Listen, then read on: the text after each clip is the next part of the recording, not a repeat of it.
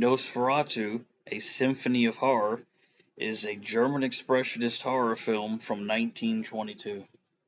It is a silent film and is in monocolor. This one didn't have the kind of crazy, weird, angular backgrounds that the Cabinet of Dr. Caligari had, but there's still a lot of interesting images. There's something about the cinematography that gives some of the scenes interesting qualities.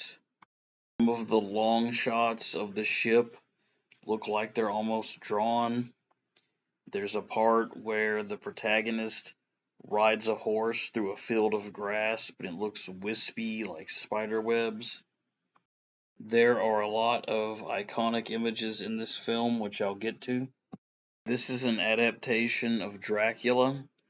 The names are changed, but it still acknowledges the source material. And it goes through the paces of what we've seen in other Dracula movies. A real estate agent is tasked with traveling to a rural castle to meet with a lord who wishes to buy a house in the city. It turns out that this lord is actually a vampire. He takes an interest in the protagonist's wife and goes after her. Pretty much everything is here, just with a few minor changes, such as the story being set in Germany now. We have a Renfield character. We have the vampire traveling on a ship. His powers and weaknesses are the same, at least as in the book. He turns into a swarm of rats at one point. Van Helsing is largely absent. We don't get that sequence of him explaining what a vampire is and how to try to protect against it, how to try to keep Mina from turning into a vampire. And we don't get the victim actually turning into a vampire in this. We see vampires after many decades of pop culture is a bit different from how they are in the original story. In the novel, Dracula does things that you probably wouldn't see someone in an underworld movie, for example, doing. This kind of vampire is more of a spiritual creature, whereas modern vampires are more like a variation on humanity. How Count Orloff looks is different from how we would typically imagine a vampire.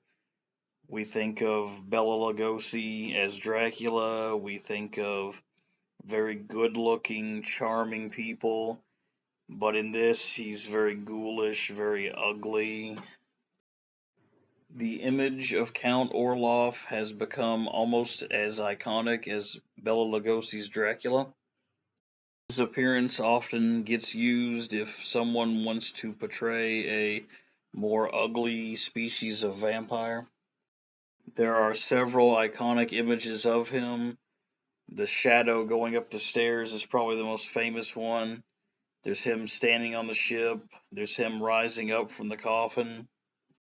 There's been several remakes and reimaginings of this movie, but I don't think that it will ever be as influential as the Universal Dracula. There were parts of this movie that were legitimately creepy, but there was a lot of goofy stuff. Characters make very exaggerated, goofy expressions. At the start, especially, there's a lot of laughing for seemingly no reason. The protag tells his girl that he's going to this horrible, dangerous place and then runs off with a dumb smile on his face. It really made me wonder if this was partly a comedy.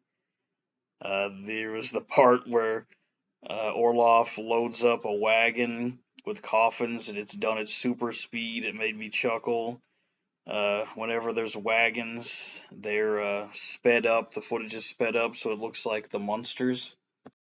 A big emphasis is placed on the vampire as a plague, and that his killings are mistaken for one.